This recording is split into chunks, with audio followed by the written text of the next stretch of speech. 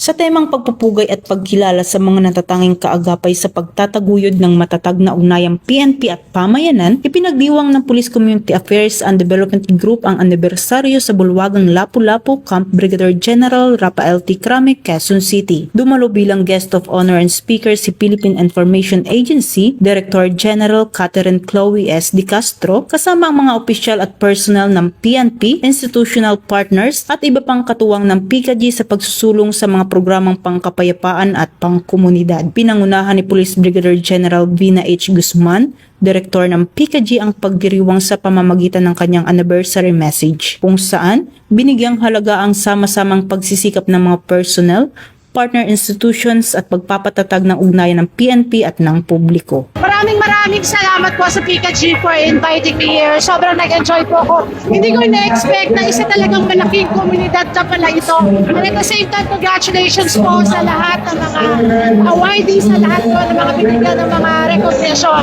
And sana next year makabalik ulit ako kasi talaga nag-enjoy ako. Congratulations at maraming salamat. Higit sa isang selebrasyon, sumasailalim ang anibersaryo sa mahalagang papel ng PKG bilang tulay ng PNP tungo sa mga pamayanan.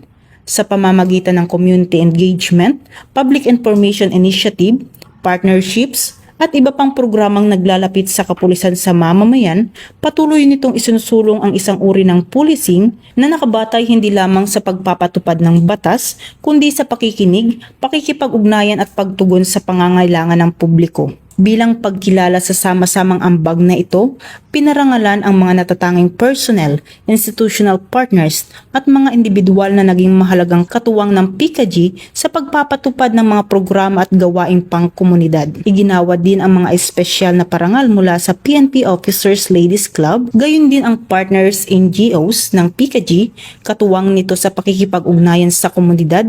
Binigyang kulay naman ng PKG Dance Fitness Team ang pagdiriwang sa pamamagitan ng isang intermission number. Sa loob ng 34 na taon, nananatiling mahalaga ang ambag ng Police Community Affairs and Development Group sa paghubog ng isang kapulisan na mas malapit, mas bukas at mas tumutugon sa komunidad. Isang ugnayang nagsisilbing pundasyon ng mas ligtas, mapayapa at nagkakaisang pamayanan. Mula dito sa bulwagang Lapu-Lapu sa Campo Crame, ako ang inyong tenant correspondent, Patulungan, Darapalog, alagad ng batas, tagataguyod ng balitang pulis. Bagong PNP para sa bagong Pilipinas, serbisyong mabilis, tapat at nararamdaman.